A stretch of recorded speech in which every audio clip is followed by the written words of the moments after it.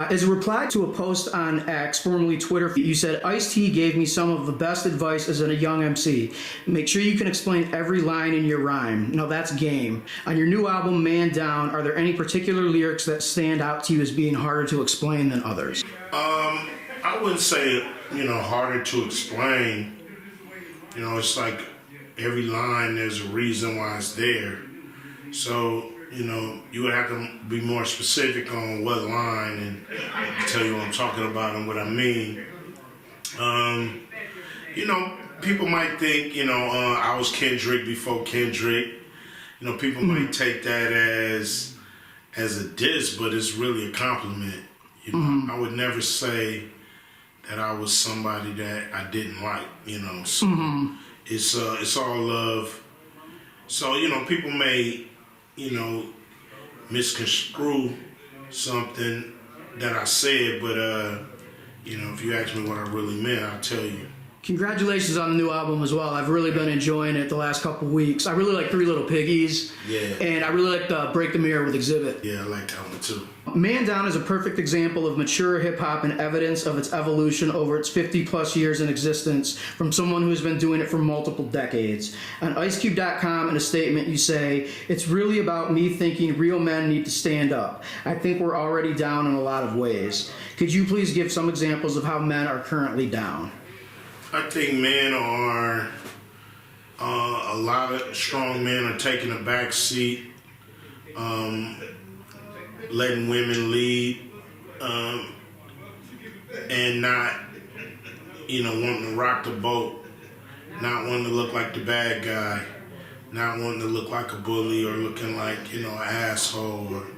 So, they're taking a step back in all aspects, raising the children, even in the household. So I think men got to take their rightful place, call out the bullshit that's going on in the world, and help to put a stop to some of the foolishness that's going on and reestablish the natural order.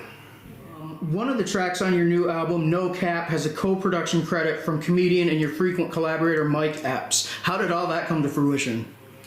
Shit, he called me and said, I did a beat with Zaytoven, and it's dope, and I want to get it to you. And I know Mike is talented because he dibbles and dabbles in hip-hop, even though he don't want nobody to think he taking it serious. He just act like he messing around, but he's a real talented dude. He's one of those guys who, he could beat on the table and rap at the same time.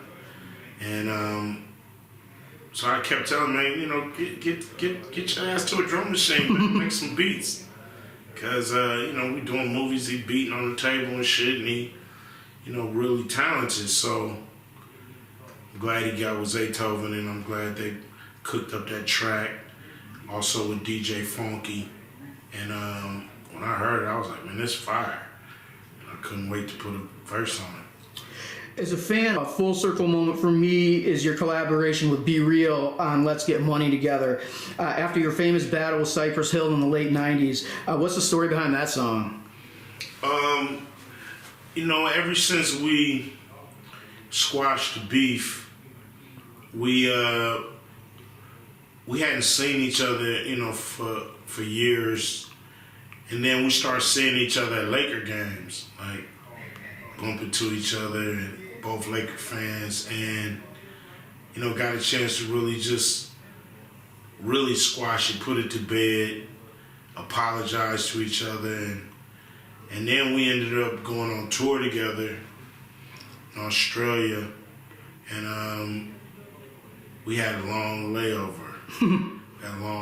So I think we talked for about 4 or 5 hours just shooting the shit, and really rekindled our friendship how it was in the beginning, and so I wanted to do a song, and I wanted to do it with him, and then do like a unity song with the black and the brown. You see a lot of division out there right now, and so to me it's the perfect song, and for us to have had a few, but now we showing like, let's get money together. Let's squash this shit. Let's work together. I think it's a good message for the folks out there that listen to us. I really enjoyed the cover shoot clip you posted online about a month ago for Man Down. In it, you discuss how important album artwork is. What are some of the album covers that made a lasting impression on you? The Mothership Connection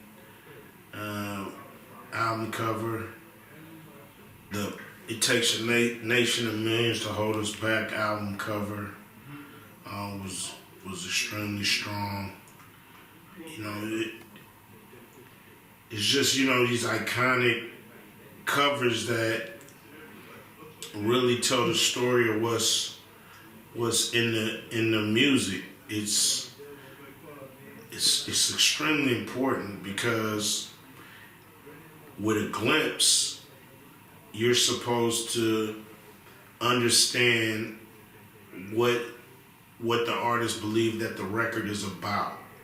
This gives you a quick glimpse, mainly your only glimpse inside of the artist's head, you know, before videos or whatever. It's the album cover. So to me, it's extremely important to try to tell a story with that cover.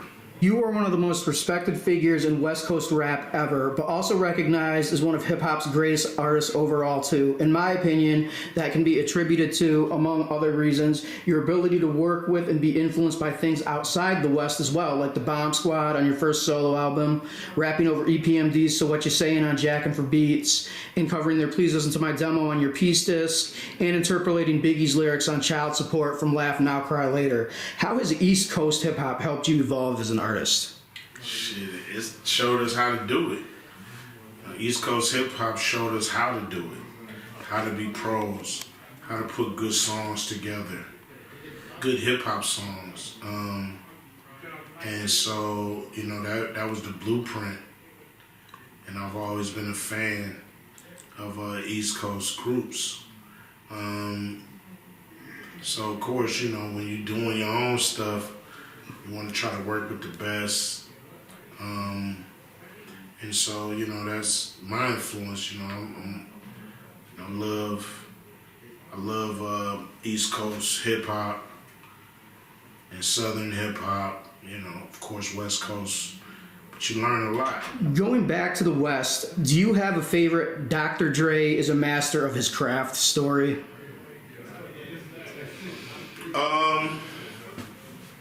Yeah, you know, he made Eazy-E a superstar, you know, like he made a guy who never rapped before, never wanted to rap, become a superstar, you know. He single-handedly, you know, created that Boys in the Hood song. I wrote the lyrics, but you know, that was just a piece of what the song had to be, and Dre actually put it together. So that to me shows you the power of his production, and he can turn, you know, not a whack rapper into a superstar, but even a non-rapper into a superstar, you know, not just do a good song, but, you know, Eazy became, you know, larger than life. Shifting gears to film, you've been in some of the most important movies in contemporary cinema with classics like Boys in the Hood and Friday. Honestly, other than how the former truly changed my life, there's nothing I can say about them that hasn't already been said. But I thought it was really cool how in 2009, in an interview with Sky Movies, Quentin Tarantino named Friday as one of his 20 favorite movies from 1992 to 2009. 9 would be the F. Gary Gray comedy Friday, starring Ice Cube and Chris Tucker. And were you aware of that? No, I wasn't. It's always cool, you know, to you know, have the best like your work too.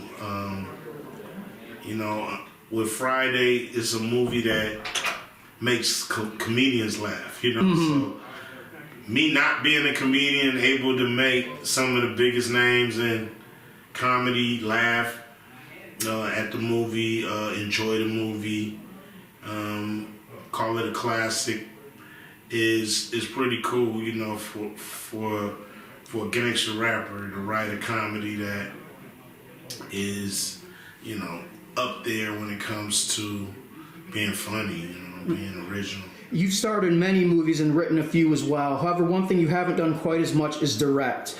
Your 2 directing credits are currently The Players Club and the 2010 Straight Outta L.A. documentary. Is that something you'd be interested in doing more of? Why or why not? Maybe in the future. The only reason I haven't directed a lot is because it's extremely time consuming. And you're basically held hostage on one project. You know, and I like to do multiple projects a year. Mm-hmm. So when I did Players Club, you know, writing that movie, getting it made, writing it, producing it, and directing it, and starring in it. Well, not starring in it, but having a role in it. It was just a year and a half on one project, and it took me out the game on music and other shit. So I would have to slow down as an artist to fully direct again. You know, it would just have to be the only thing I'm focused on is directing.